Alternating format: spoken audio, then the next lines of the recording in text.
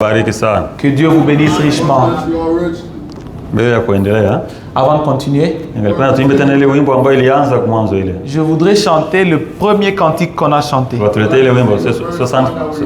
Si vous pouvez nous conduire dans ce chant, je pense que c'est 71. C'est un bon chant.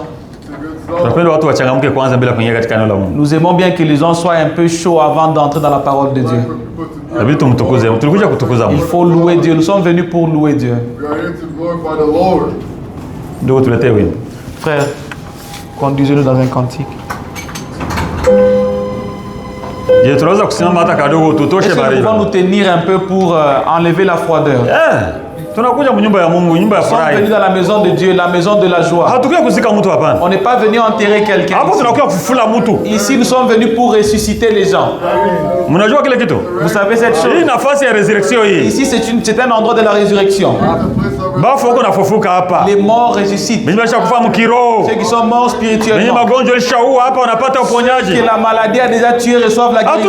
On n'a pas besoin de commencer à prier pour la parole de Dieu elle-même, c'est la guérison. Quand la parole de Dieu vient, elle entre même dans nos os et ça donne la vie.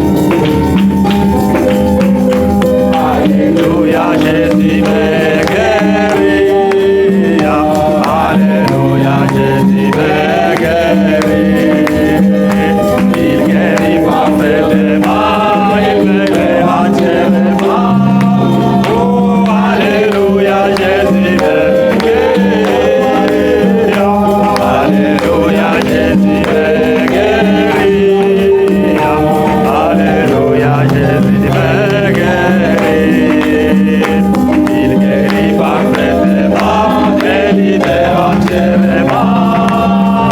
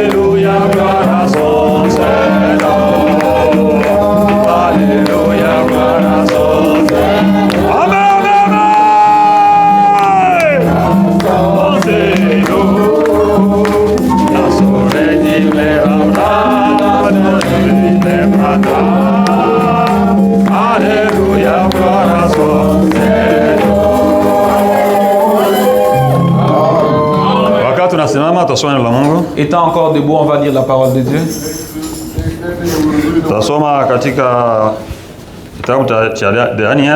On va lire dans le livre de Daniel. Daniel 2e chapitre. On va commencer par le 20e jusqu'au 23e verset.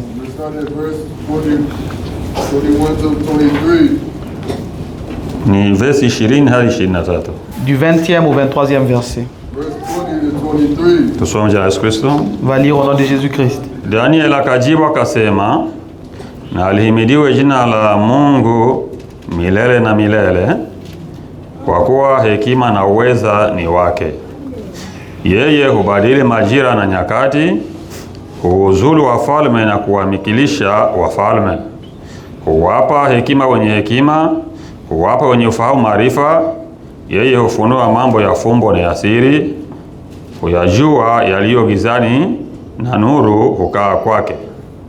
Na kushukuru na kuhimidi Mungu wa baba zangu, uliyenipa hekima na uwezo, ukanijulisha hayo tuliyoyataka kwako, maana mtujulisha neno lile la mfalme. Amen. Ndio tunaweza kusoma. Daniel prit la parole et dit: Béni soit le nom de Dieu, d'éternité en éternité. À lui appartiennent la sagesse et la force. Le frère va répéter. Est-ce que vous suivez? Suivez le nom de Dieu. Je voulais que vous puissiez dire Amen. Béni soit le nom de Dieu. Quand on dit Dieu doit dire Amen. Daniel prit la parole et dit: Frère, on va lire. On est venu pour louer Dieu. Il n'y a personne qui mérite la gloire. Disons que toute la gloire revienne à Dieu. On lit une écriture qui dit qu'on peut crier. C'est ce qui nous amène ici. Dieu veut la gloire. Il veut que nous puissions le louer.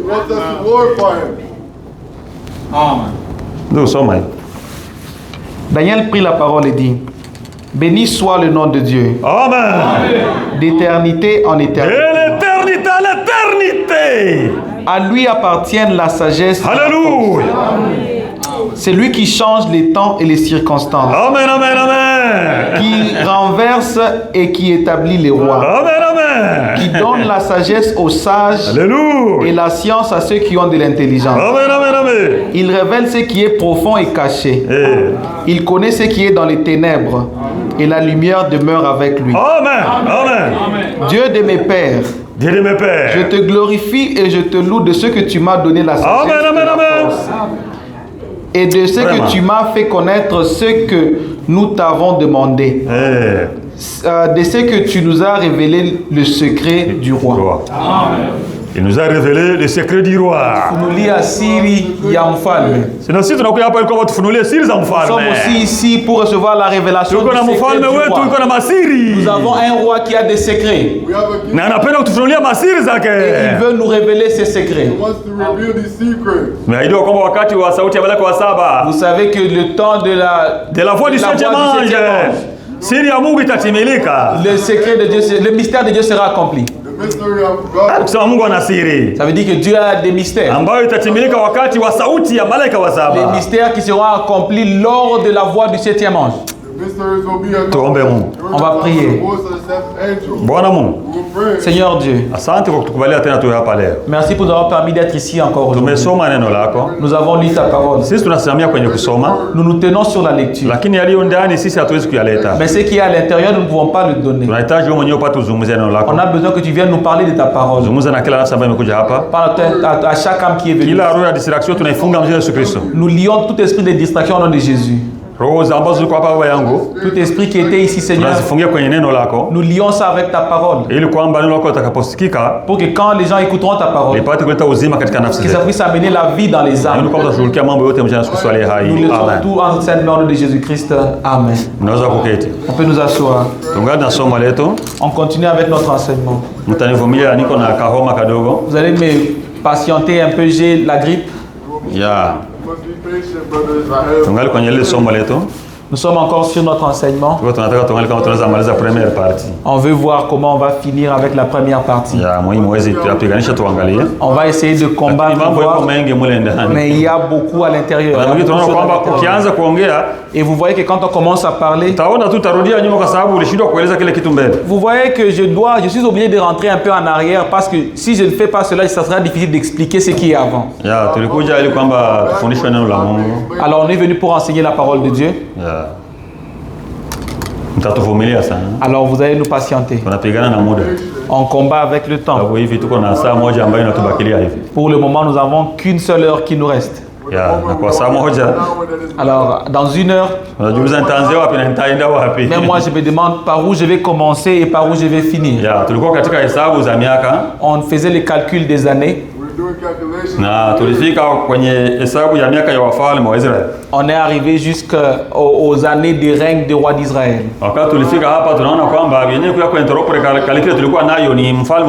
Et on a vu que ce qui est venu interrompre nos calculs, c'est le roi de Babylone. Et quand il a marché contre eux, on a vu qu'Israël n'a plus de roi. Et quand Israël n'a pas de roi, ils ont vu qu'ils étaient en captivité. Alors c'est là qu'on a eu un petit blocage à Babylone. Parce qu'à Babylone, il y a beaucoup de choses qui se passent. Il y a aussi beaucoup de prophéties qui sont accomplies. Même beaucoup de parties de la Bible étaient écrites aussi là-bas à Babylone. Les gens comme Jérémie, Ézéchiel et d'autres. Les choses qu'ils nous ont écrites, ils ont écrit ça quand ils étaient à Babylone. Parce que Jérémie n'était pas allé à Babylone. C'était lui qui était resté parmi le groupe des gens qui étaient restés. Et finalement, il s'est enfui, il est allé jusqu'en Égypte. Mais lui, il n'a pas été en pris. Parce que quand Nebuchadnezzar est venu marcher contre lui, vous voyez la politique. Celui qui parle en bien de vous, vous le protégez.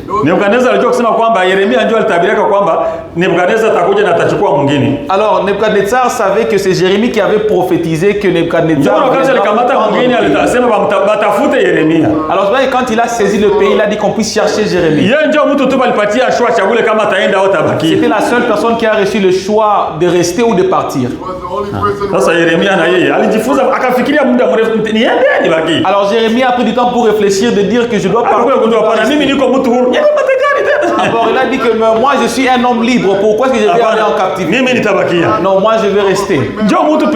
C'est la seule personne. C'est la seule personne qu'on n'a pas liée avec des chaînes. Parce qu'avant que Nebuchadnezzar ne vienne, Jérémie avait déjà prophétisé qu'Israël ira en captivité. Et il avait déjà prophétisé les années qu'ils feront là-bas. Et cette écriture est tellement puissante.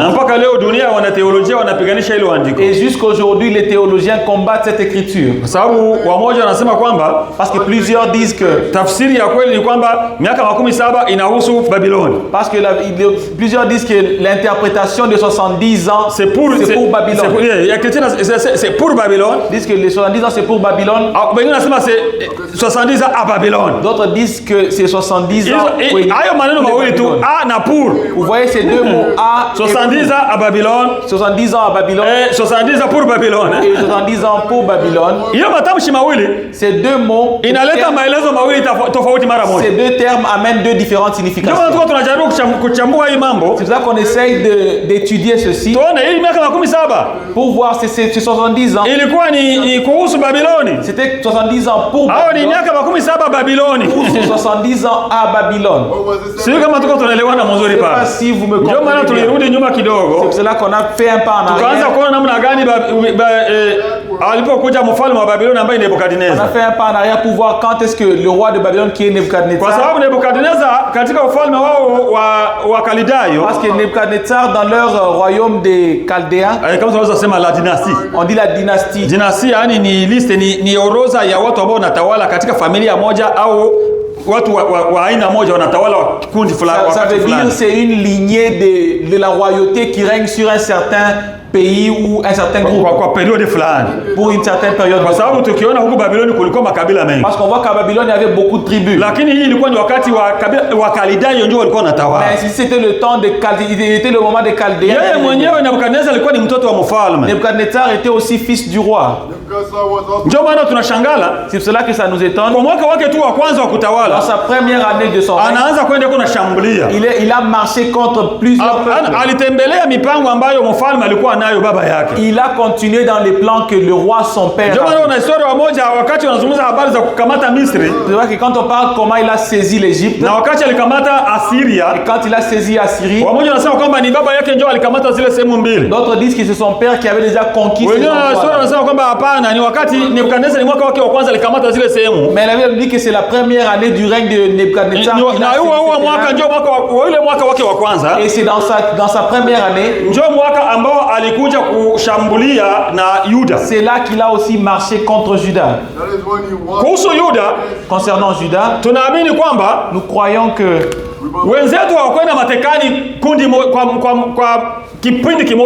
nos frères n'ont pas été amenés en captivité en un seul groupe. Il n'y avait pas un seul groupe.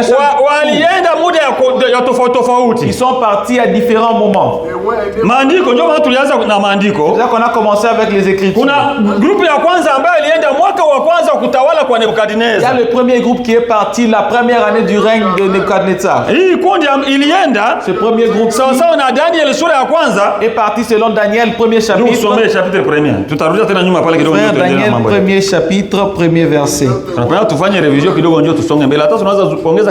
On veut faire une petite révision pour ajouter quelque chose, mais nous voulons avoir une bonne fondation. Daniel, premier chapitre, premier verset. La troisième année du règne de Joachim, roi de Juda, Nebuchadnezzar, roi de Babylone, marcha contre Jérusalem et la saisit. C'était la troisième année de quel roi? Joachim. N'est-ce pas? On a vu que Joachim a commencé à régner en 3555. Mais le troisième année de son règne, Nebuchadnezzar a assaisi.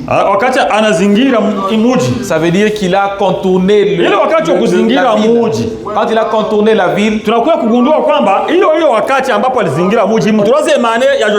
on a réalisé que quand il a contourné la ville dans la troisième année de Joachim, parce que quand on lit l'écriture en 2 rois, il nous est dit que Joachim a régné pendant 11 ans. Mais sa troisième année, c'est là que Nebuchadnezzar a et il a entouré la ville après avoir assaisi l'Égypte et la Syrie. La troisième année. Alors ce qui nous dit que c'était la première année du règne de Nebuchadnezzar, c'est dans le deuxième chapitre de Daniel. Frère, deuxième chapitre de Daniel, verset 1er. La seconde année du règne de Nebuchadnezzar, Nebuchadnezzar eut des songes. Il avait l'esprit agité. Vous pouvez vous arrêter là-bas, frère. On cherche. On nous a dit que les songes que Daniel a interprétés pour Nebuchadnezzar, Nebuchadnezzar les a eus dans la deuxième année de son règne. Ça veut dire que dans la deuxième année de Daniel est déjà à Babylone. Nous croyons les Écritures.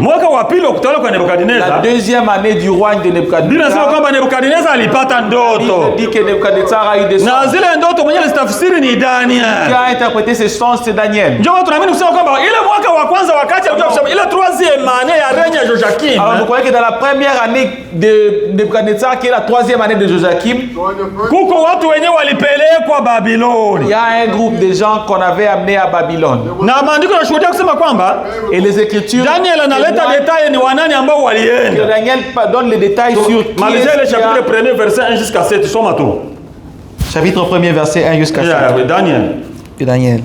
La 3e année du règne de Joachim, roi de Juda, Nebuchadnezzar, roi de Babylone, marcha contre Jérusalem et l'assiégea. Le Seigneur livra entre ses mains Joachim, roi de Juda, et quelques-uns des enfants d'Israël de la race royale ou des familles nobles. Des jeunes garçons, sans défaut corporel, beaux de figure, doux de sagesse, d'intelligence et d'instruction, capables de servir dans le palais du roi, et à qui l'on enseignerait les lettres et la langue des Chaldéens. Le roi leur assigna pour chaque jour une portion de mets de sa table et du vin dont ils buvaient, voulant les élever pendant 3 années, au bout desquelles ils seraient au service du roi. Il y avait parmi eux, d'entre les enfants de Juda, Daniel, Anania, Michaël et Azarias. Parce que Daniel avait des Abednego, Meshach, Abednego na wengine. Là on dit Shadrach, Abednego, c'est ça leur balibadilisha majina ile ya Meshach et Abednego. Le nom Meshach, Shadrach, Abednego. Ils ont reçu ce nom là. Lakini wakati walibapeleka ndio majina yao. Quand on les avait amenés, c'était ça leur nom. C'est pas si vous savez. Hata huyu naye balimuita Belshazzar. Parce que Daniel aussi était appelé. Na huyu wakampanga jina na huyu jina wote wakapewa majina kule. Eux tous ont eu de noms changés. Quand on sait Shadrach, Meshach na Abednego ndio majina yao. Shadrach, Meshach et Abednego. C'est ça leur nom. Shadrach, Shadrach et Abednego. Ndio majina yenyewe balikuwa nayo. C'était ça leur nom, les noms qu'ils avaient. Aba wakati iko napata ndoto mu mwaka wa pili. Quand il a eu le sens dans la 2e année, ce groupe-ci était déjà là-bas. C'était le premier groupe qui était parti. Il a pris d'abord des jeunes qui étaient intelligents. Ceux qui pouvaient devenir des savants. Ceux qui pouvaient servir. Parce qu'il avait déjà eu le secret qu'en Juda, il y avait des enfants qui étaient intelligents. Alors il a voulu aller les utiliser. Alors il a pris il a pris des jeunes petit groupe avec quelques ustensiles du temple. Il n'a pas tout pris en ce moment. Il est allé dans le temple, il a pris l'ustensile qui était au service de Dieu. Il a amené ça dans son pays. C'est ça qui était le premier groupe d'entrée à Babylone. Mais la Bible dit en Jérémie, Jérémie chapitre 52. Il faut vous lire Jérémie chapitre 52. Verset 28 Jérémie 52 verset 28.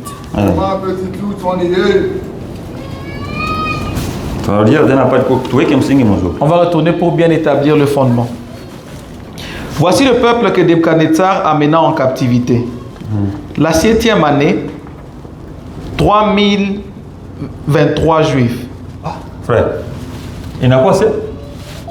C'est la 7e année. Ça c'est un journal, c'est la parole de Dieu. Voici le peuple que Nebuchadnezzar. Vous voyez, nous lisons ça rapidement, c'est pour cela que beaucoup de choses nous échappent. Première année. Ah, c'est la première année. Il y a règne Nebuchadnezzar. Du règne du roi Nebuchadnezzar. 7e année à règne yake tena. La 7e année de son règne. Kuko ingine kundi ambayo inaenda. Il y a un autre groupe qui est parti. Sommet pale. Frère, lis-nous cette écriture. Verset 28. Voici le peuple que Nebuchadnezzar amena en captivité. La 7e année, 3023 juifs. 3023. Il a amené 3023.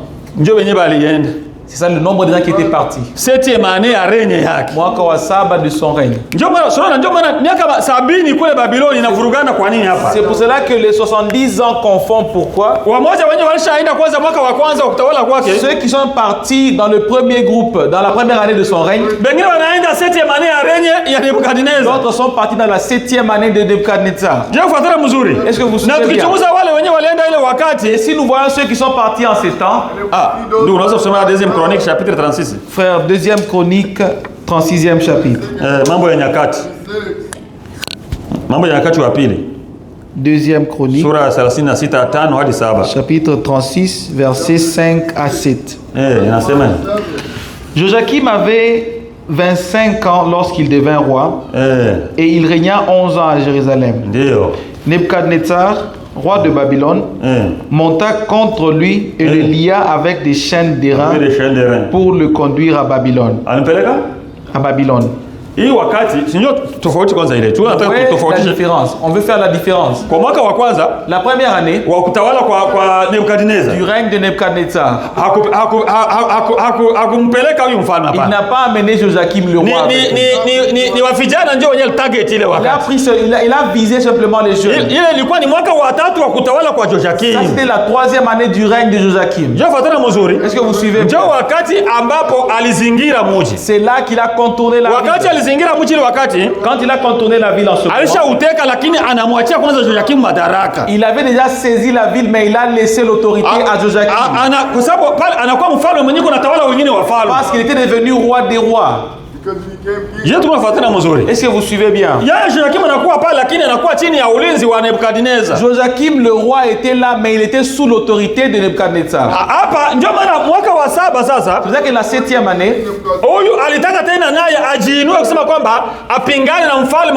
celui-ci avait voulu se révolter contre le roi de Babylone.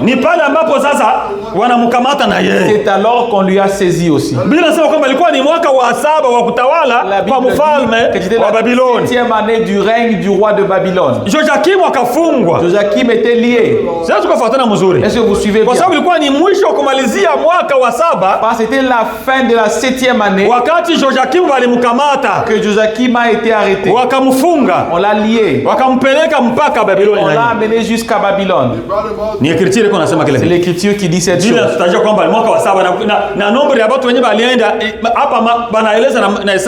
La Bible nous dit que c'est la 7e année et même le nombre de gens est mentionné. Maintenant, ce qui nous étonne encore, deuxième roi chapitre 24. Wafalme wa pili sura ya 24.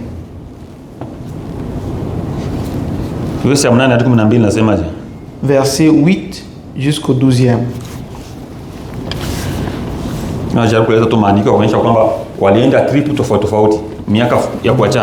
Joachim avait 18 ans lorsqu'il devint roi. Nani?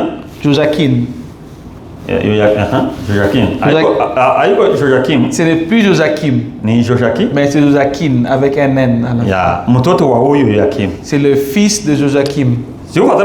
Est-ce que vous suivez cela? Le fils de celui qui était arrêté. Son père a été amené. Parce que quand on lit l'écriture, on dit qu'il avait 18 ans.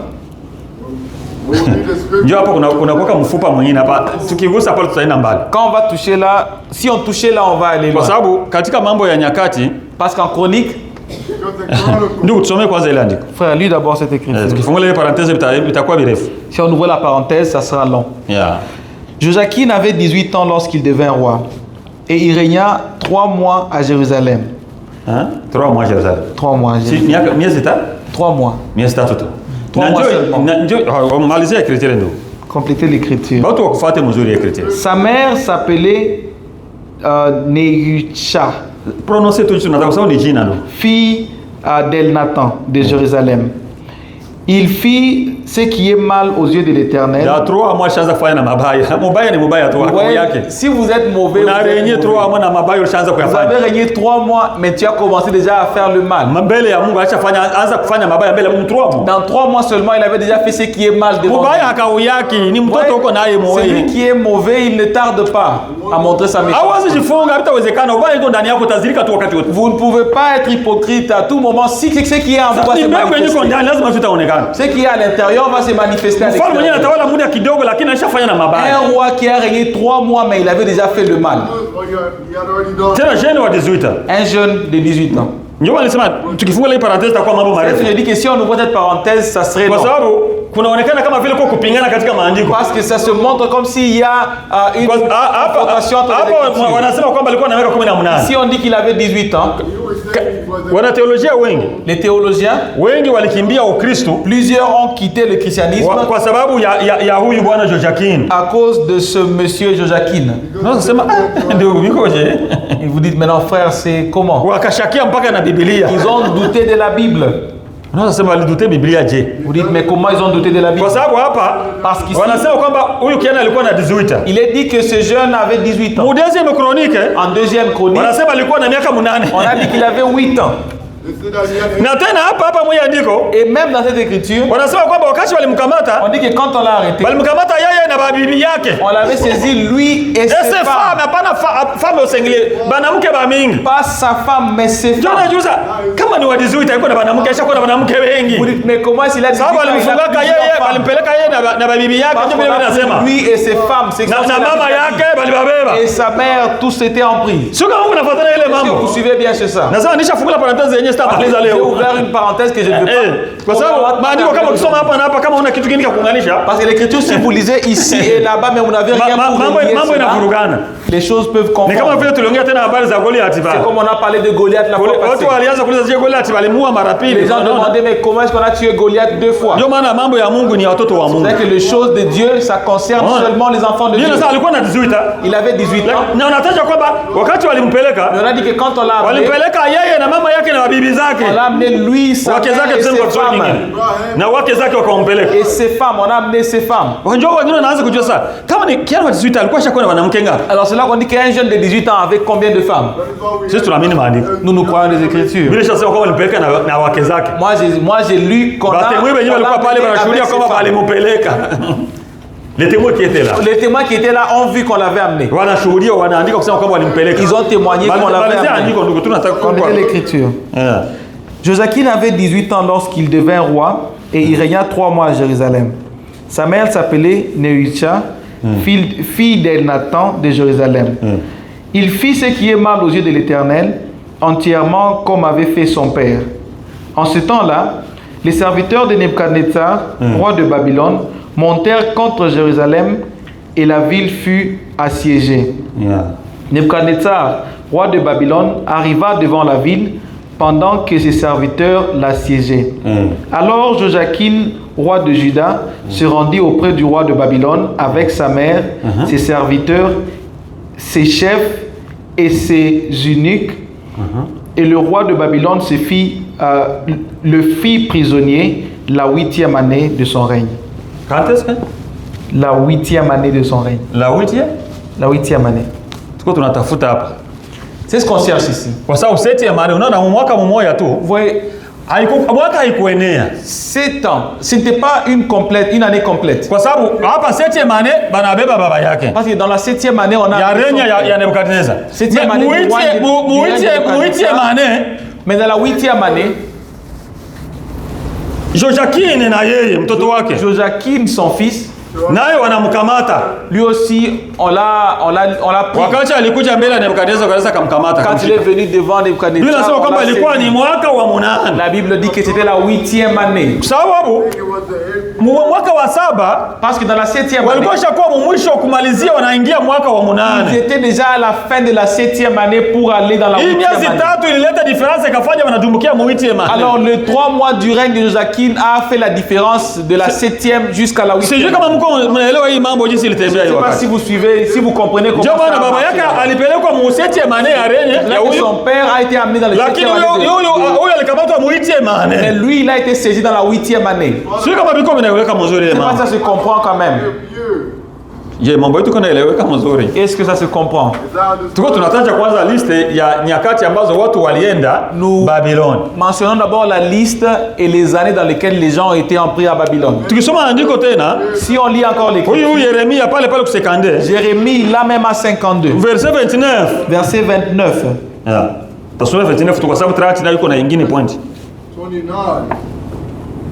Jérémie 52, 29.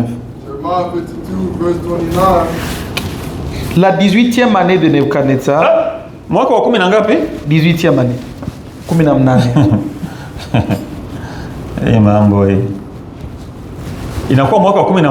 est dans la 18e année. La 18e année de Nebuchadnezzar, il amena de Jérusalem 832 personnes. Oui, ça? 832 personnes. Hein? Miyamnane Selassie Nabil. Dieu veut. Oui, Dieu connaît son mère. Yeah, c'est ça. Hein? Vous voyez, quand on lit petit à petit, vous voyez comment ils sont partis dans les Daniel est parti dans la première année du règne de Nebuchadnezzar. Il y a le 832 qui les a suivis après. Il y a 17 ans. Mais dans une écart de 17 ans.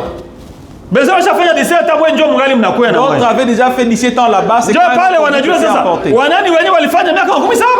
maintenant la question vient, qui a fait ces 70 ans à Babylone? Parce qu'il y a ceux qui sont venus. C'est là que nous avons pris du temps pour pouvoir continuer à parce qu'on devait d'abord comprendre ce qui se passait ici. Je ne sais pas si vous suivez cela bien. Le premier groupe est parti dans la première année du règne de Nebuchadnezzar. Le quatrième groupe est parti dans la 18e année du règne. Ça, c'est le groupe de qui? Whose group is that? Nous sommes à 2e Roi, chapitre 25, verset 1. On va lire 2e Roi, chapitre 25, verset 1. La 9e année du règne de Sédéchias, le 10e jour du 10e mois. Donc, hapa tulikuwa habari za Jojakin. Hapa kwa sababu wakati alikamataka Jojakin anampeleka, aliacha na Shimika Matania ambaye alimbadilisha tena hapa anapenda kubadilisha watu wengine majina. On a parlé de Jojakim et Jojakim akambadilisha jina akampatia jina la Sédéchia. Quand on a amené Jojakim, il a placé Matania comme roi, il a changé son nom à Sédéchias. Na maandiko yanasema kwamba huyu Matania au Sédéchia naye alitawala miaka 11. Et les écritures disent que Matania ou Sédéchias a régné pendant 2e Roi chapitre 24 17 18. Selon Wafalme wa pili 24 17. Lakini kumwaka wake wa kenda. Mais dans la 8e année. Ya règne ya huyu Sédéchias. 9e année du règne de Sédéchias. Na ukisoma mzuri, et si vous lisez bien, ilikuwa ishakuwa katikati ya mwaka, alikuwa anataka kwenda kwenye mwaka wa 10 wake wa kutawala. C'était déjà il allait vers sa 10e année. Kwa sababu wanasorea tushuhudia kusema kwamba mbele wakamate huyu Sédéchia, parce que la Bible demande qu'avant qu'on saisisse Sédéchias, Nebukadnezar aliasiege mwingine tena mwaka mmoja na nusu na uzunguka. Nebukadnezar avait encore contourné la ville pendant une année. Na wakati alizunguka pale kabla hajakamata huyu Sédéchia, et quand il était là avant de saisir Sédéchias, ilikuwa ni ya kutafuta kwenda kumtumikia. La mission était de chercher qui va aller le servir. Ile 9e année nayo alipeleka watu. Dans la 9e année, il a amené un autre groupe. Ndio hii 18e année ya règne yake sasa. C'est ça le 18e année de son règne. Ambayo ilikuwa ni 9e année kumwisho ya règne ya Sédéchias. La fin de la 9e année du règne de Sédéchias. Sio kama tukafuatana mzuri. Je sais pas si vous suivez cela. Ndio wakati tena alikuja tena kazunguka tena mji. C'est là qu'il est venu encore pour assiéger. Wakati alipata habari kwamba huyu tena naye anataka kumpinga. Quand il a reçu la nouvelle que Sédéchias alikuwa anatoa habitoi tena kwa mfalme. Il ne payait plus de tribut comme ndio akarudi mu 18e année akazingira mwingine kuja kumkamata. C'est alors qu'il est rentré dans sa 18e année. Kabla hajamkamata bale 18e année, avant de le saisir dans la 18e année, alisomba mu hekalu tena. Il avait encore pris d'autres choses. Unaona alikuwa na target watu na mu hekalu. Vous voyez, il visait les gens et le temple. Ndio maana jinsi Suleiman alijenga hekalu. C'est ainsi que comme Salomon avait construit le temple. Hekalu yenyewe ni utajiri. Le temple même c'est la richesse. Parce que ceux qui a construit le temple, si vous voyez les colonnes étaient en or, les ustensiles étaient en or. Alors c'était des choses chères. Ils ne pouvaient pas prendre des assiettes ordinaires. C'était des choses qui avaient des grandes valeurs. C'est pour cela qu'ils visaient cela. Pour chercher les gens qui vont aller les servir. Et aussi comme les ustensiles étaient chers, c'était une richesse.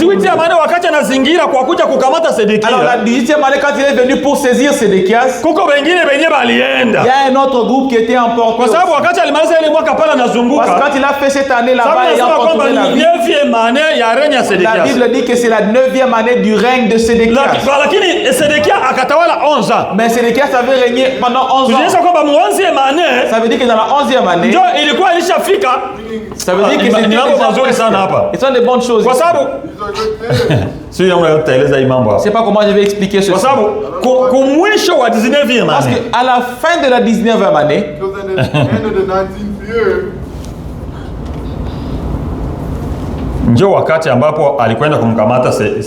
c'est alors qu'il est allé saisir Sédéchias.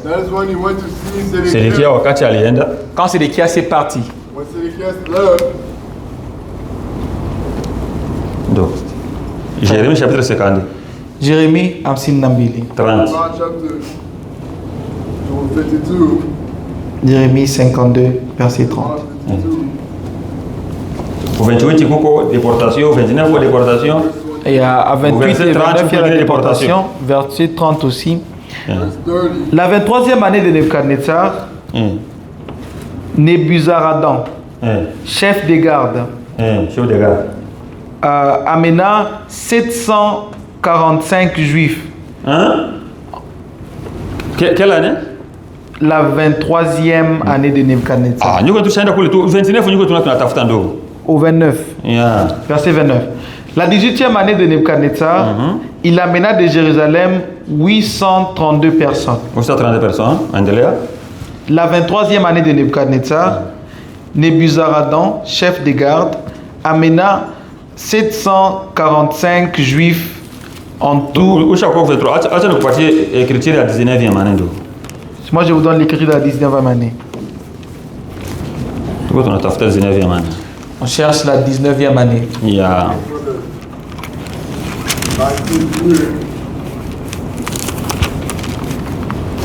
On a la deuxième chronique. Mambo Nyakati. 25. Deuxième chronique, 25e chapitre.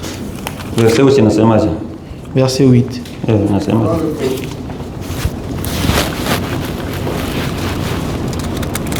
Si tu vas avec eux, quand même tu feras au combat des actes de vaillance. Deuxième chronique. Deuxième chronique. Verset 25. Chapitre 25. Chapitre 25. Deuxième chronique. Deuxième chronique, chapitre 25. Attendez. Deuxième roi. Chapitre 25. Deuxième roi, chapitre 25. Verset 8. Le 7e jour du 5e mois, c'était la 19e année du règne de Nebuchadnezzar. Hein? C'était la 19e? La 19e année du règne de Nebuchadnezzar. Voilà. C'est ce qu'on cherche. Deuxième roi, chapitre 25, verset 8. Deuxième roi, chapitre 25, 8e verset. Ok. Somando. Le 7e jour du 5e mois, c'était la 19e année du règne de Nebuchadnezzar, roi de Babylone. Nebuzaradan, chef des gardes, serviteur du roi de Babylone, entra dans Jérusalem. Il brûla la maison de l'Éternel. Suivons ici. Première année, 7e année, 7e année, 8e année, 8e année, 18e année, il y a règne ya Nebukadnezar. Règne de Nebuchadnezzar. Hakulunguzaka hekalu. Il n'a jamais brûlé Hakulunguzaka manjumba ya watu. Il n'a pas brûlé les maisons de Dieu. Mais wakati kukamata Sedekia, wakati anakamata Sedekia. Mais quand il a saisi Sédéchias, anakuwa kuna kasirani ya nguvu. Il est venu avec beaucoup de colère. Cette fois-ci anaanza na kulunguza na kubomola. Il a commencé à brûler. C'est la 19e année. C'est la 19e année. Na tukiangalia maandiko mzuri. Et si on suit bien les Écritures. Hii 19e année. Cette 19e année. Sasa naandiko ambayo tulisoma tena tutairudia hapa. L'écriture qu'on a lu et on va répéter. Ndio wakati c'est le moment qu'Ézéchiel. Nabii Ezekiel. Le prophète Ézéchiel. Wakati walikamata Sedekia walimpeleka. Quand on a amené Sédéchias, Ezekiel alikuwa mu groupe ya watu walienda mwile wakati wa 19e année. Ézéchiel était aussi dans le groupe des gens qu'on avait emportés dans la 19e année. Tulisoma Ezekiel chapitre 40, tusomee tena haraka. On a lu Ézéchiel chapitre 40, le frère va lire rapidement. Ima miaka 18e 19e haiko mingi uko na invite. Ni maandiko kuna shuhudia. Ces années ici 18e 19e c'est l'écriture qui parle de ça, je ne les invente pas. Yeah. Ézéchiel 40. Ezekiel naye anazungumza 40 verset 1. Ézéchiel 40 verset 1. Makumi 40. La 25e année de notre captivité. Mwaka 2005 wa captivité yao. Yeah, de leur captivité. La 25e année de notre captivité. Alors ici, ils avaient déjà 25 ans en captivité. C'est Ézéchiel qui parle de ces choses. La 25e année de notre captivité, au commencement de l'année, le 10e jour du mois, 14 ans après la ruine de la ville, en ce même jour, la main de l'Éternel fut sur moi et il me transporta dans le pays d'Israël. Il y a des bonnes choses là-bas. Ouais, maintenant comment les choses se passent ici? Il témoigne que 25e année. C'est la 25e année. De leur captivité. Alors on va se poser la question. Si c'était là, 25e année takuwa wakati gani? Quand sera la 25e? Kama naye aliendaka na groupe hii. S'il était parti dans ce groupe là. Lakini kile kinatusaidia, mais ce qui nous aide, anasema kwamba ile wakati alipata hii ufunuo ya mambo anataka kuongea. Il a dit que quand il a reçu cette révélation, alikuwa alishafanya miaka 25 kule mateka kule. Ils avaient 25 ans en captivité. Na yeye alikuwa alishafanya 25 ans. Lui il avait déjà fait 25 ans. Na kundi lenyewe walienda nalo. Avec le groupe qu'ils étaient partis. Lakini yeye hekalu. Mais il a dit que pour le temps, ilikuwa lingana na 14 ans linabomolewa. 14 ans après la ruine de la ville. Est-ce que vous suivez cela? Alors comment se poser la question, quand est-ce qu'ils sont partis? C'est quand on dit est-ce qu'il était parti dans ce groupe? Quand on a emporté Sédéchias. On vient réaliser que si on parlait de cette chose, on commettra des erreurs. Parce que quand il est parti, il était allé là-bas en ce temps-là. Est-ce que vous suivez bien?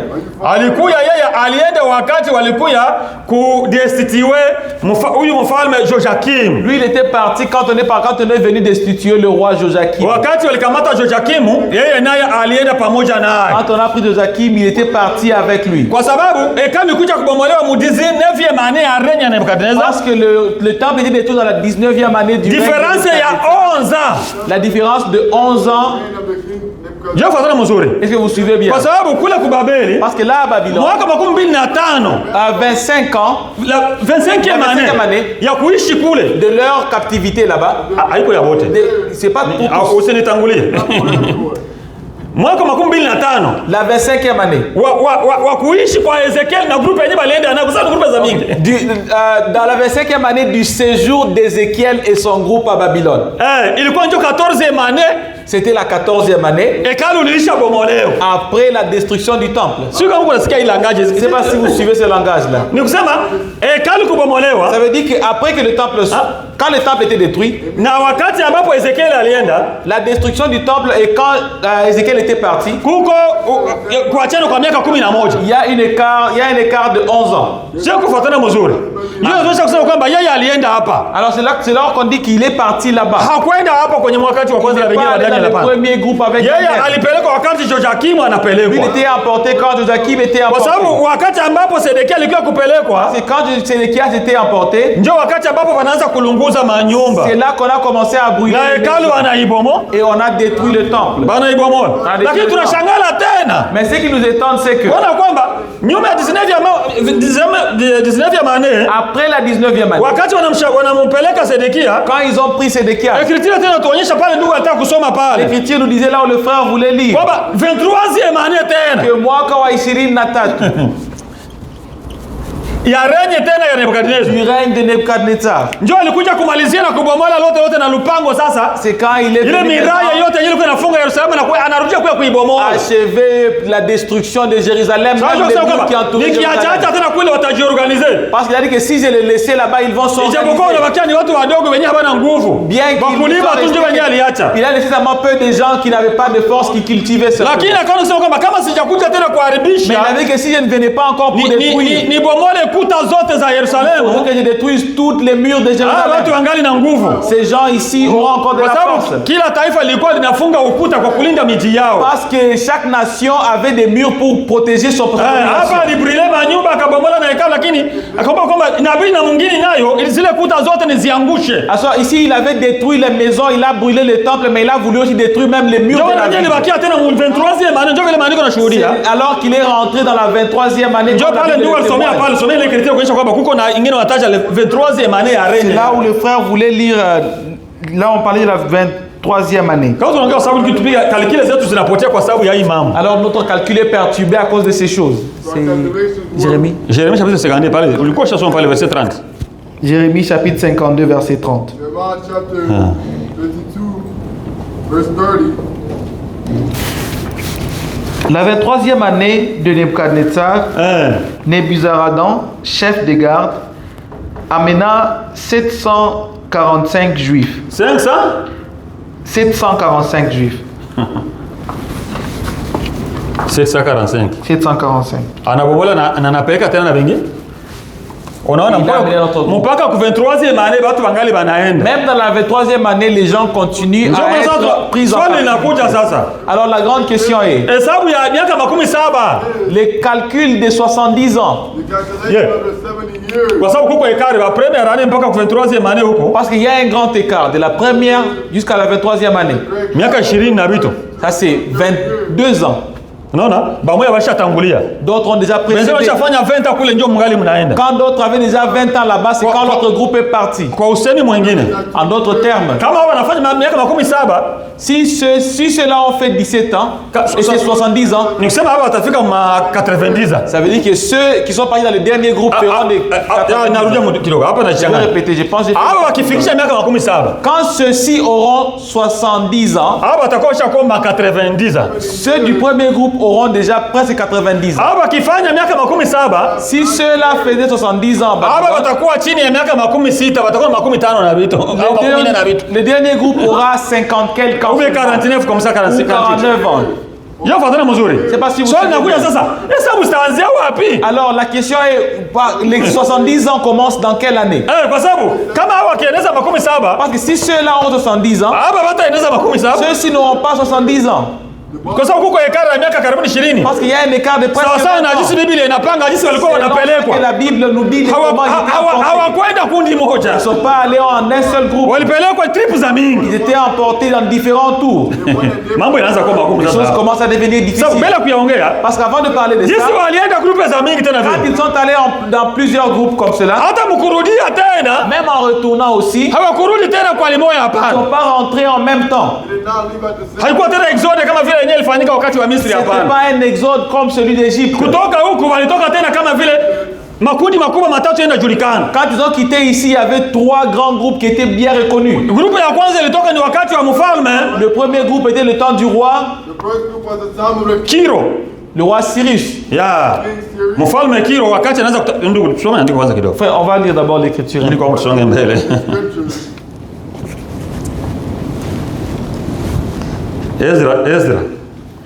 Esdras.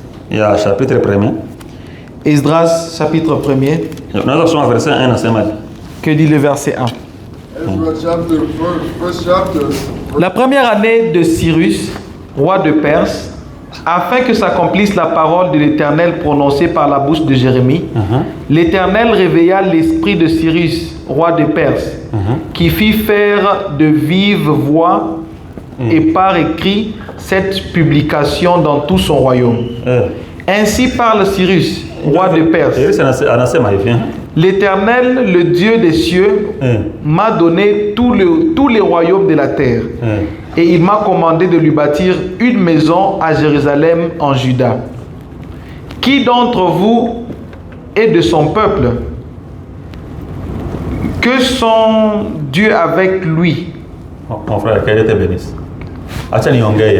Je vais parler pour que les gens comprennent de ce que je vais parler.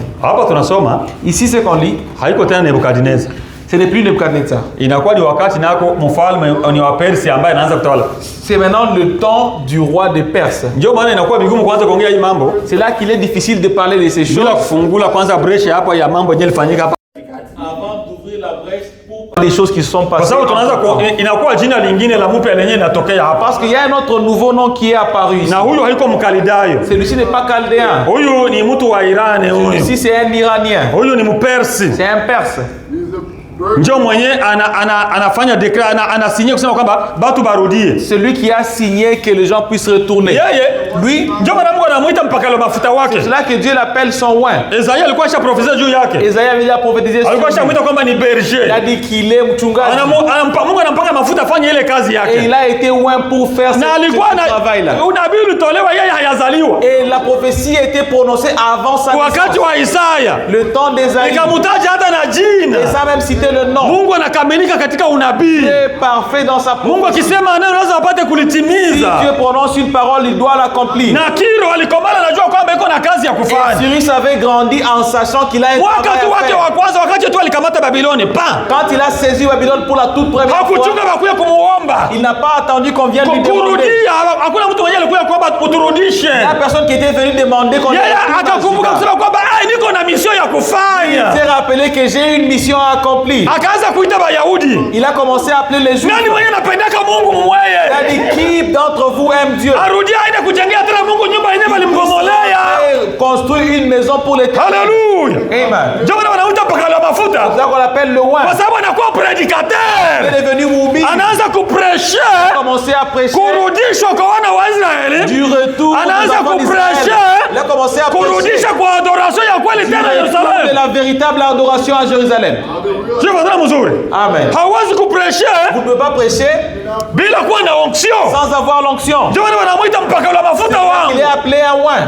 Hakuchunga bamwambie hapana. Pas attendu qu'on puisse le dire. Alipata révélation kwamba wakati unafika sasa. Il a la révélation qu'il est temps maintenant. Mimi ndio alikuwa anachunga kwamba mimi ndio nitabarudisha. Il attendait que c'est moi qui va les retourner. Akaanza kuwaita nani wa Mungu akuje tuende aende kujenga. Du côté de Dieu qui akaandika na kibarua. Il a écrit une lettre. Sasa ndio maana wakati tushafika kule. Alors quand on est arrivé là-bas, kuko mambo yenyewe katikati. Il y a des choses qui sont au milieu. Hapa tunasoma tu kwa sababu kuonyesha kusema kwamba ici nous lisons pour juste montrer que groupe ya kwanza kurudia. Le premier groupe qui était rentré, ambaye rudia pamoja na Zorobabel. Qui était rentré avec Zorobabel.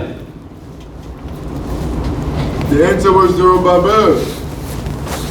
Ilikuwa ni wakati wa mfalme Cyrus. C'était le temps du roi Cyrus. Groupe ya kwanza ilienda. Quand le premier groupe est retourné. Wanatoa hata hesabu ya ile groupe yenyewe ilienda. On a le nombre du premier groupe. Kama unaweza soma pale Esdras chapitre 2. C'est là même Esdras deuxième chapitre. Verset 1 nasemaje? Verset 1. Verset 1. Kama watu wanaanza kusoma yote ile chapitre 2 yote. À la maison vous allez aller lire tous les chapitres 2. Utaona ile mambo pale. Vous allez voir cela là-bas. Voici ceux de la province qui revirent de l'exil, ceux que Nebuchadnezzar, roi de Babylone, avait amenés captifs à Babylone. Et qui retournaient à Jérusalem et en Juda, chacun dans sa ville. Ils partirent avec Zorobabel, Josué, Néhémie, Seraja, Réalaja, Mardoché, Bilsham, Mispar, Bigvai, Nehum, Bana, nombre des hommes du peuple d'Israël. La lecture est longue. On va sauter pour aller au 64e verset. L'assemblée tout entière était de 42 360 personnes. Hein? L'assemblée tout entière était de 42 360 personnes. C'est du comme on a dit comme aujourd'hui 42 360. Java. C'est ça. Ndio groupe yenyewe ilikuwa na Zorobabeli. Trip ya kwanza. Unaona tena mkurudia si wanaanza kurudia. Vous voyez en rentrant comment ils ont commencé à rentrer. Hapa ni mwaka wa kwanza wa nani? Ça c'est la première année de qui? Wa kutawala kwa Cyrus. Du règne du roi Cyrus. Ndio tutaangalia hapa katikati miaka yenyewe ilipita. Katikati ya Nebukadnezar kule mpaka Cyrus kule. Sasa tulishakuwa ku Cyrus huko. On va voir les années comment ça est passé depuis Nebukadnezar jusqu'à Cyrus parce qu'on est déjà à Cyrus. Tulishakuwa ku Cyrus mwaka wa kwanza kule. On est dans la anafanya dekret watu barudie. Il a fait un décret. Kuna patikana 42360 ambayo inarudia. 42360 ambao wanataja wa viongozi wao ambao wanaongoza pale. Et on a mentionné les katika wa viongozi wanataja mtu mmoja tena ambaye ni Nehemia. Et dans les noms des gens qui les dirigeaient, il y avait quelqu'un qui était appelé Ndio tuanze kujuza je ni ule nabii ni ule Nehemia nabii ambaye tunazungumza hapa. On se demandait c'est le même prophète Néhémie dont il est parlé ici. Au ni Nehemia mwingine kwa sababu ou c'est un autre Néhémie. Tutafika Nehemia leo wakati anarudia Nehemia yeye mwenyewe. On va arriver au moment où Néhémie huyu Nehemia ambaye anatajwa hapa pamoja na Zorobabeli. Alors on a vu que Néhémie qu'on a mentionné avec Zorobabel. Je ni huyu tena. Est-ce que c'est le même Néhémie? Acha tuchunge kwanza tufunge kwanza parenthèse. On va fermer d'abord cette parenthèse. Tuongee kwanza ya habari ya Zorobabel. On veut parler de Zorobabel. Sema kwamba Zorobabel haiko ndio mwenye aliomba. Ce n'est pas Zorobabel qui a demandé la permission. Zorobabel mwenyewe tunasema kwa Babel kulipitika mambo mengi. Zorobabel lui aussi sait qu'à Babylone il y avait beaucoup de choses qui s'étaient passées là-bas. Alikuwa anajua kwamba naye iko na mission ya kufanya. Il savait qu'il avait une mission. Kwa sababu manabii wengi walikuwa shatabiri juu yake na yeye. Plusieurs prophètes avaient prophétisé sur lui aussi. Unaona Mungu wakati ilifika kutaka kurudisha watu yake. Vous voyez quand Dieu voulait restaurer son peuple. Roho ya Mungu tena anarudi katika watu. L'esprit de Dieu est rentré dans le peuple. Et la prophétie a commencé à se manifester. Dieu a commencé à œuvrer dans les peuples. Et on avait prophétisé sur Zorobabel, on a dit que c'est lui qui va les construire. C'est lui qui va construire et achever ce temple. Il va commencer et il va achever. Zorobabel. Il y a une grande prédication sur Zorobabel si on pourrait l'amener.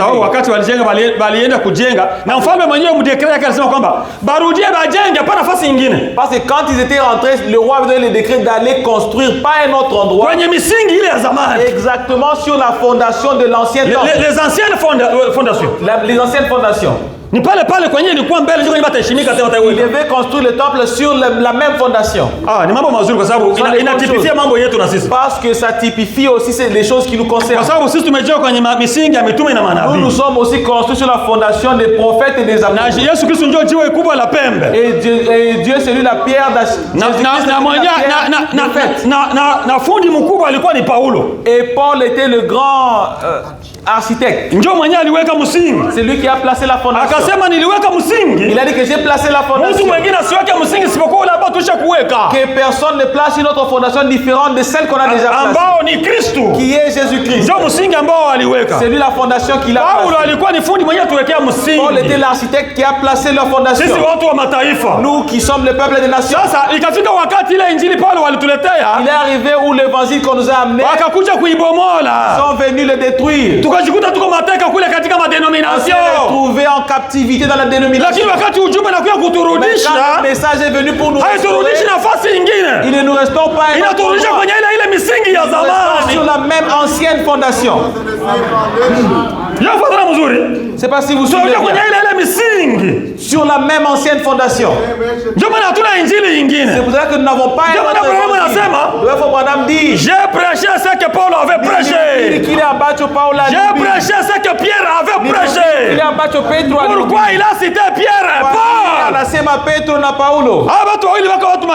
Ces deux personnes sont des personnes majeures. Paul apôtre des nations. Paul était l'apôtre des nations.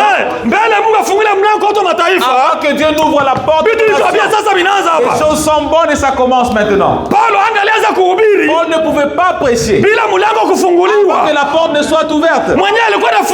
C'est lui qui avait les clés. C'était Pierre. Pierre avait les clés. Alléluia. Amen. C'est le jour de la Pentecôte.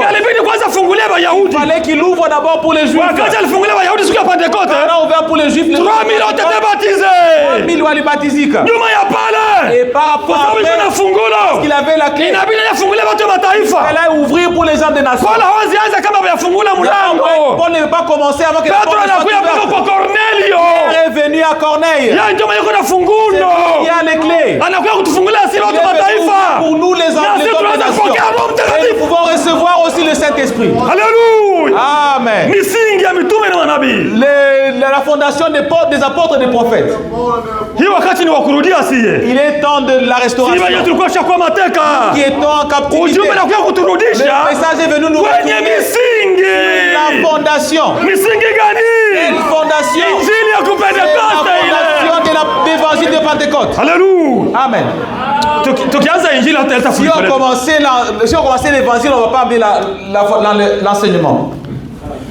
Petro mwenye alifungula alitufunguliaka. Pierre a ouvert la porte avec la clé. Dieu c'est un Dieu d'ordre. Le Dieu, Mungu ni Mungu wa utaratibu. Kama Petro mwachia fungulo. Il sait qu'il a laissé la clé à Pierre. Kwa sababu Cornelio ile wakati na yeye. Parce que Corneille en ce temps, ilikuwa kama hii wakati tunaishi. Il était comme ce temps qu'on est en train de vivre. Ba moi le tonnerre zinafunguliwa. On dit les tonnerres sont révélés. D'autres disent haikufunuliwa.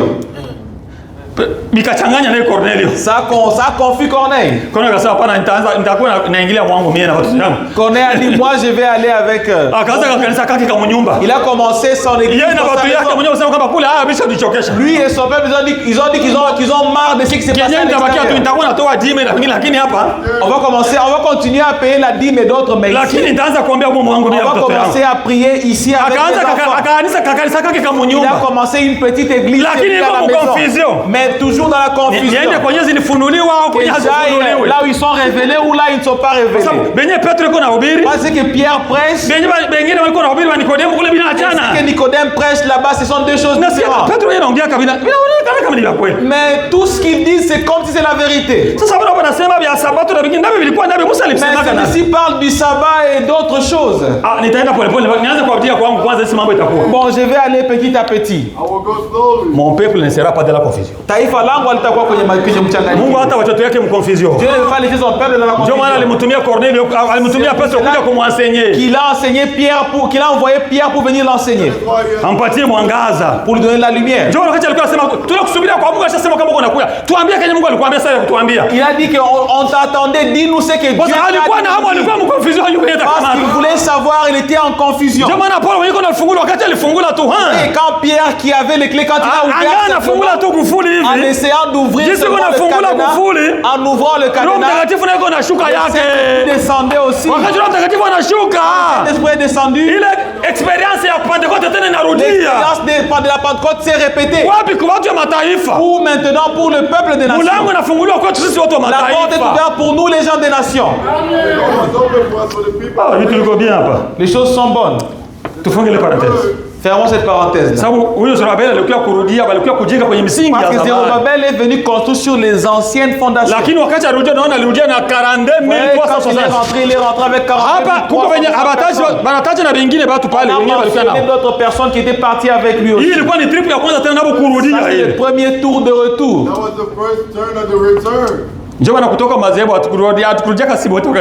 pour cela que quand on a quitté la domination, on n'a pas quitté la domination ensemble. Il y a eu des tours. Chacun a son temps de quitter. C'est cela ne vous demandez pas pourquoi est-ce que j'ai tardé de venir dans le message. Non, tu es venu au temps que Dieu avait déjà fixé pour toi. Et tu ne pouvais pas l'échapper. Tu ne pourrais pas échapper. Tu ne pourrais pas échapper. Peu importe ce que tu pouvais faire. C'était seulement toi. Il y quoi ni wewe. C'était seulement toi. Il n'y avait personne d'autre, ce n'est que toi.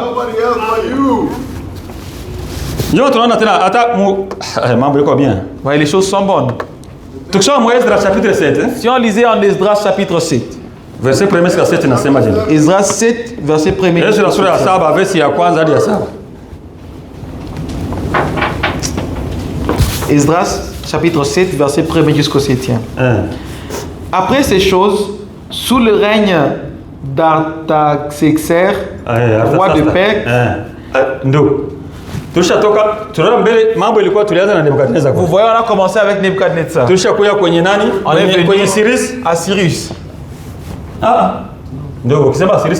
Ok, on est venu.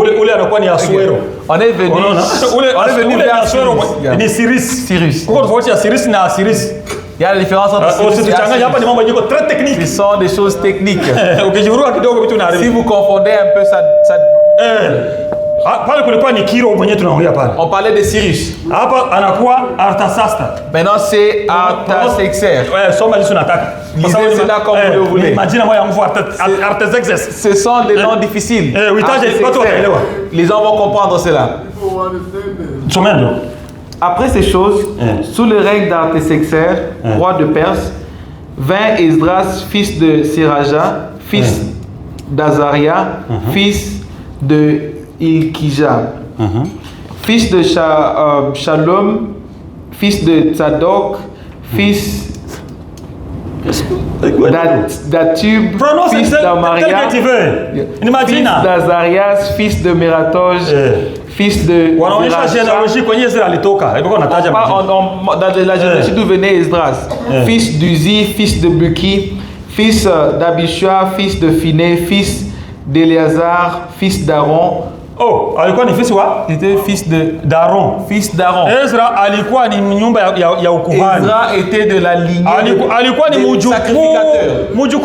mjukuu wa nani wa kuhani Aaron. Il était le petit-fils de sacrificateur. Na tena alikuwa mtu mwenye alikuwa versé dans l'écriture. C'était quelqu'un qui était versé dans les écritures. Alikuwa anajua maandiko sana. Il connaissait bien les écritures. Alikuwa ni scribe, alikuwa ni mwandishi. Il était un scribe, un écrivain. Soma ndio endelee na écriture.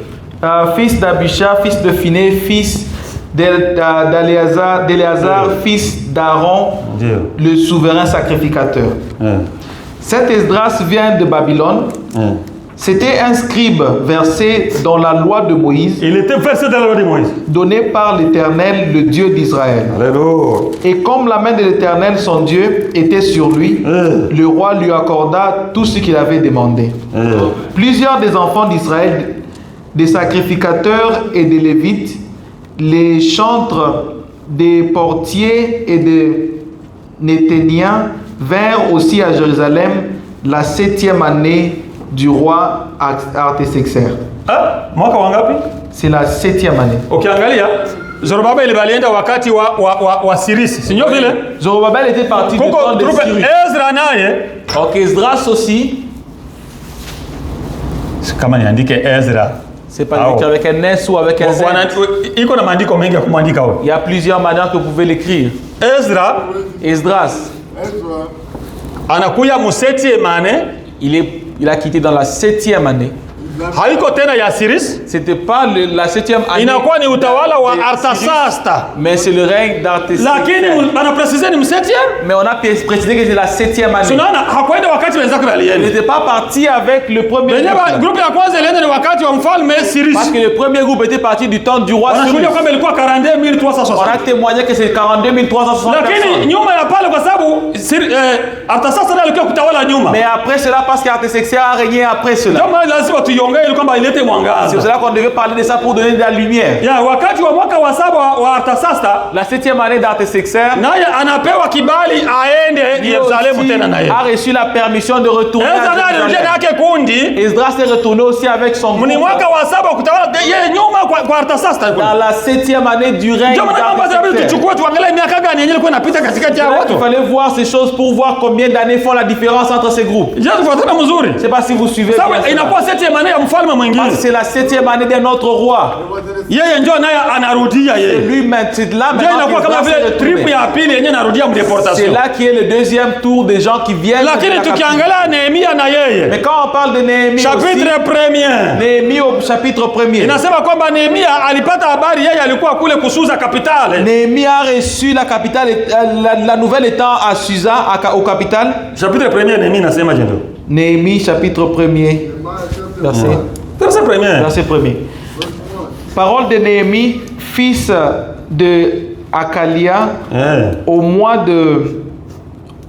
de Kileu, la 20e année. C'est ça les noms. Ils ont des noms de mois comme ça. La 20e année, comme j'étais à Sus, dans la capitale. Il est quoi la 20e année? 20e année.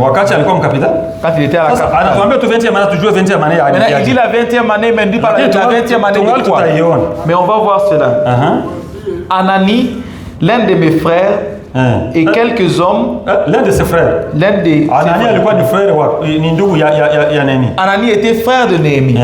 Anani, l'un de mes frères, et quelques hommes arrivèrent de Juda. Ils venaient de Juda. Je les questionnais au sujet de Juifs réchappés qui étaient restés de la captivité et au sujet de Jérusalem. Parce que plusieurs années déjà passé. Comment vous avez laissé les choses là? Parce que quand ils sont venus, comment c'était d'où ils venaient? Ils me répondirent, ceux qui sont restés de la captivité sont là dans la province au comble du malheur et de l'opprobre. Ils ont de l'opprobre et les malheurs là-bas. Les murailles de Jérusalem sont en ruine. Parce que lui il était parti avant la destruction des murs. Mais Jérusalem, quand vous avez quitté, ils étaient venus, ils ont détruit Jérusalem. Parce que Néhémie est venu avec une mission. C'est lui qui a la mission de construire le temple. Néhémie est venu ajouter quelque chose d'autre. Néhémie est venu pour construire la muraille. Est-ce que vous suivez ça? Quand il a écouté la muraille qui protégeait Jérusalem est détruite. Là, il était attristé. C'est là qu'au deuxième chapitre de Néhémie, verset 1er. Deuxième chapitre. Vous devez aller lire les Écritures à la maison, les frères. Néhémie 2, premier verset. Au mois de Nissan, la 20e année du roi Artaxerxès. Vous voyez, quand il parlait de 20 ans, c'était la 20e année du roi Artaxerxès. Le même roi qui a permis à Esdras dans la 7e année de son règne. Dans la 20e année de son règne, ce même roi Artaxerxès, Esdras et Néhémie ont eu l'écart de 13 ans. Ils ont quitté. Dans la 20e année, Néhémie servait à la table du roi. Mais il venait servir et il était attristé, tellement attristé. Le roi lui a demandé, mais c'était la 20e année du roi Artaxerxès. Dis, mais toi tu n'es jamais comme ça. Sœur, tu étais chaude, mais aujourd'hui tu es souciante. Vous avez des choses sur votre cœur qui vous dérangent. Néhémie aussi, c'est qu'il avait dérangé. Quand il avait écouté la nouvelle de la destruction du muraille de Jérusalem. Et quand on lui a dit que ceux qui sont là-bas sont dans l'opprobre et le malheur, on les pillait parce qu'il n'y a pas de clôture. Alors en servant à la table du roi, le roi a remarqué que Néhémie était attristé. Dis-moi ce qui te dérange. Le roi, comment est-ce que je serai en paix quand chez nous à la maison ils ont tout détruit? C'est ça qui vous dérange? Moi je suis roi, voici cette page. Parce que lui il régnait depuis l'Éthiopie jusqu'à tous les rois qui étaient là étaient sous l'autorité. On l'appelait Bouffal. Le roi qui régnait sur les autres rois. J'écris à ceux qui sont de l'autre côté du fleuve. Quand tu vas aller là-bas, qu'ils ne te touchent pas. C'est ça la lettre qu'il lui a écrite. Il a écrit, il a dit vas-y. La 40e année, 20e année. 20e année. Je ne sais pas si vous suivez. Ça veut dire que le retour aussi était un processus. Ça veut dire la 20e année. Maintenant, ça fait 3 groupes. Quand Néhémie est retourné à la 20e année, il avait promis au roi qu'il va retourner. Parce qu'il avait accompli, c'est vrai, il avait accompli sa promesse. Au chapitre 13 de Néhémie, nous sommes verset 6. Frère, chapitre 13, verset 6. Chapter 13, verse 6.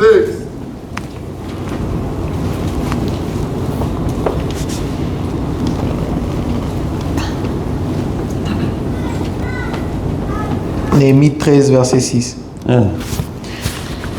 Je n'étais point à Jérusalem quand tout cela eut lieu.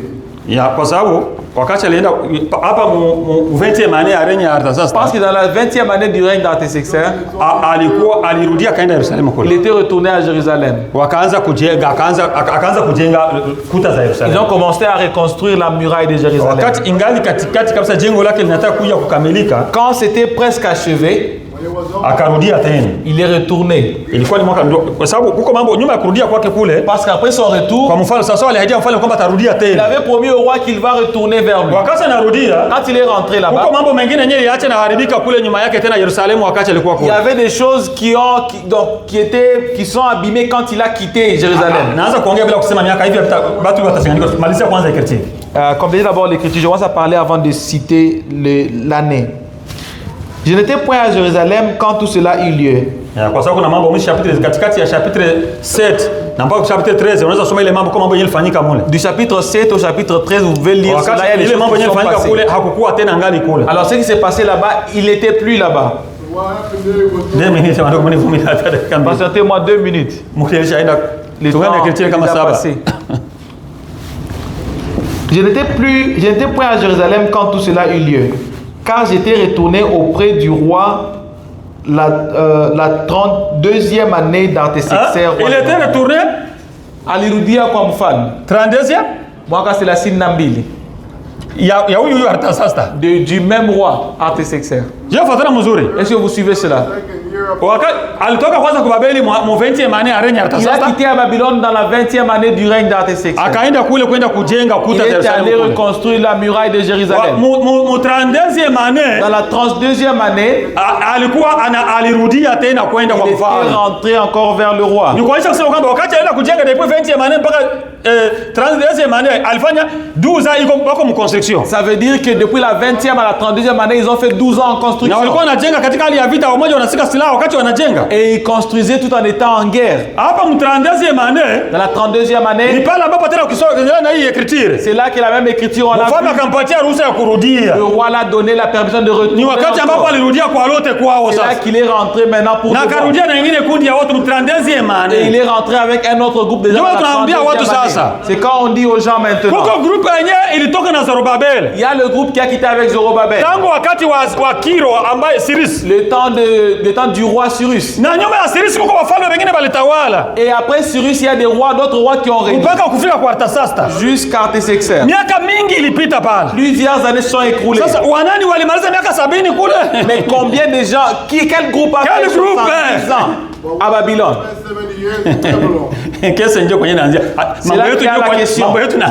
C'est là que l'on commence maintenant.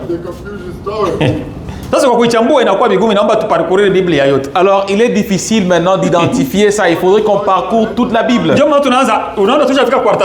voyez, on est déjà à Artaxerxes. Nous qui ont commencé par Nebuchadnezzar. Pourquoi? Parce que notre Dieu est parfait. Il nous a donné le plan d'avance. Donc on a lu le chapitre 2 de Daniel. Le roi lui-même a eu un songe. Il a vu la statue. Le dimanche prochain, Dieu voulant, c'est là qu'on va commencer. On veut qu'on puisse le projeter là-bas, qu'on puisse bien le voir. Quand vous allez voir la statue, je ne peux pas commencer à parler de ça parce qu'il n'y a plus de temps. On va arrêter là parce que c'est là qu'on va commencer. Vous voyez, on a maintenant plusieurs années. Ceux-là ont quitté dans cette année. On va retourner dans cette autre année. Ça devient difficile. Ce sont des années qui ont beaucoup d'années différents d'écart. Parce que Nebuchadnezzar était chaldéen. Mais on voit maintenant que ce sont des Perses qui sont en train de régner.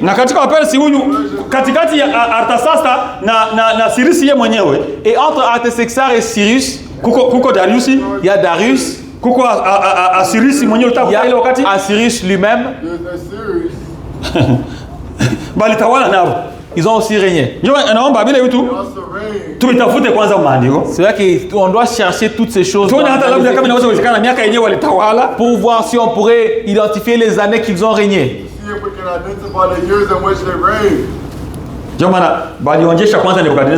C'est là qu'on a d'abord fait goûter cela à Nebuchadnezzar. Il a eu la vision. Il a vu le plan du temps. C'était un songe effrayant. Et Dieu est bon parce qu'il a caché son songe. Il leur a dit que je ne veux pas vous dire mon songe, dites-le moi et donnez-moi l'interprétation. C'est l'écriture qu'on a lue dans la parole. Que Daniel a remercié Dieu parce que Dieu l'a révélé ce secret. Il a expliqué au roi son songe.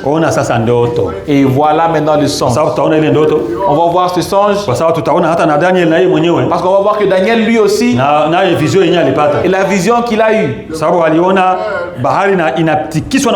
Parce qu'il a vu la mer étant agitée par le vent. Et il y a eu 4 créatures qui sont sorties des eaux. Et ils étaient des créatures différentes. On va voir de ça. On va parler de ça. Et il y a un autre endroit. C'est dans le 7e chapitre. 8e chapitre. Il a eu une autre vision. Il s'est vu comme s'il était à un fleuve. Kondo. Il a vu les béliers. Les agneaux, les béliers. Bélier. Ce n'était pas les brebis. Les béliers. Les béliers. On appelle ça kipanga. Ok, ça veut dire c'est. Ça veut dire au chapitre 8. Il a vu le bélier. Il a vu aussi le bouc. Les mâles de la chèvre, on appelle le bouc. Le bouc.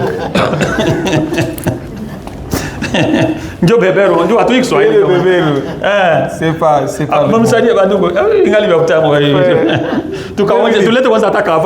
un avant-goût de ce qu'on va parler dimanche prochain. On parle même de ce qu'il a vu seulement. Vous voyez cette vision.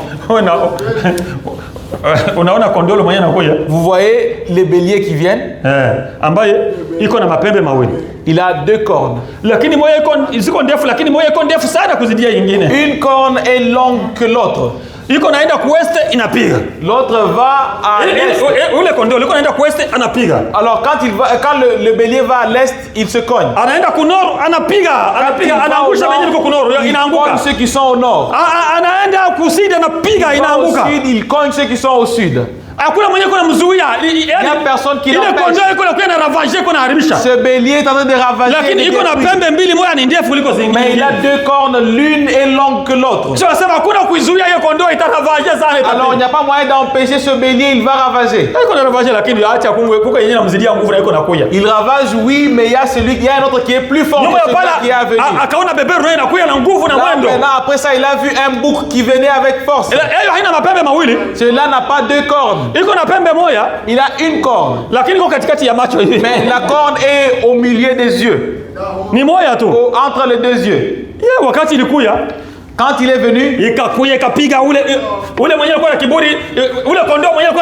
le bouc est venu frapper le bélier. Il a frappé le bélier et il l'a ôté de la scène. Daniel voit ces choses. Est-ce que vous suivez ça? Alors il a vu, il a vu cette corne. Cette corne s'est brisée. Et il y a maintenant 4 cornes qui ont poussé. Mais les 4 cornes ne sont pas assez puissants que la seule corne qui était là auparavant. Mais Daniel a voulu savoir l'interprétation de ces choses. Les choses sont bonnes. On va arrêter là-bas. Là, on commence maintenant à parler des choses. Dieu sait comment parler. anaongea kwa makode. Et il parle dans des codes. Na inabidi mwenyewe kwa kudecoder mambo yake. Et il faut que lui seul vienne décoder ces choses. Mungu awabariki. Que Dieu vous bénisse. Ndiye na amani ya Kristo. Allons-y dans la paix du Seigneur. Amen. Amen. Ni lazima ni haribu Yerusalemu. Quand le roi Cyrus est venu, wakati mfalme Kiro alikuja, il a dit que moi, alijua kwamba yeye, Dieu m'a donné le pouvoir, sema kwamba Mungu alinipatia na una uwezo, et il m'a aussi chargé na alinipatia pia kazi de rebâtir le temple, ya kujenga upya hekalu.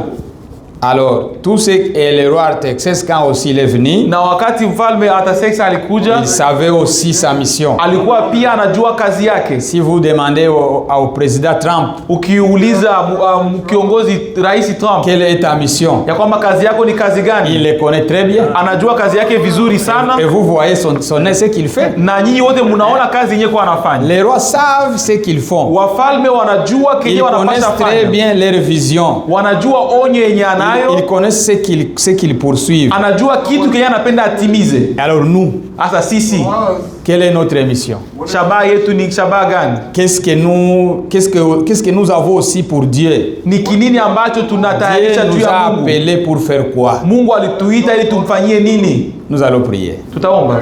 Demander à Dieu, Seigneur, aide-moi à te servir. Mungu nisaidie nikutumikie selon la mission que tu m'as donnée. Kulingana na kazi yenyewe ulinipatia. Chacun doit connaître sa place. Kila mmoja anapaswa kujua nafasi yake. Connaître ce que Dieu lui a donné de faire. Ajue na kazi yenye Mungu alimpatia afanye. Prions tous. Tombe sisi wote. Merci Seigneur Jésus-Christ.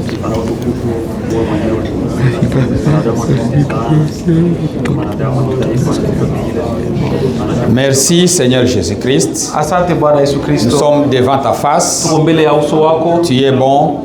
Auko mwema. Tu es riche en miséricorde. Wewe unajaa rehema. Tu es ici Seigneur au milieu de nous. Uko hapa Bwana katikati yetu. Tu nous as parlé Seigneur. Unatuongelesha Bwana. Ce sont des choses qui sont dans la Bible. Vitu yenye viko ndani ya Biblia. Et tu as voulu que nous puissions les connaître. Ndio unapenda sisi tujue. Tu les as fait écrire. Uliandika pour notre bien. Ili sisi tufaidike. Alors Seigneur, asa Bwana, donnez-nous de la patience. Utupatie uvumilivu. Ouvre notre entendement spirituel. Fungule kuelewa yetu ya kiroho. Donnez aussi une santé physique. Utupatie pia afya ya kimwili. Afin que nous puissions saisir Seigneur. Ili tuweze kuelewa Bwana. Ce que tu nous as destiné. Kenye ulitutayarishia. Il y a des frères et des sœurs qui ont des requêtes ici. Kuna wandugu na wadada wenye wana maombi hapa. Le matin, il y a eu des mains levées Seigneur. Asubuhi kulikuwa mikono yenye iliinuliwa. Toi tu connais les requêtes de chacun. Wewe unajua ombi la kila mmoja wetu. Seigneur Jésus-Christ. Bwana Yesu Kristo.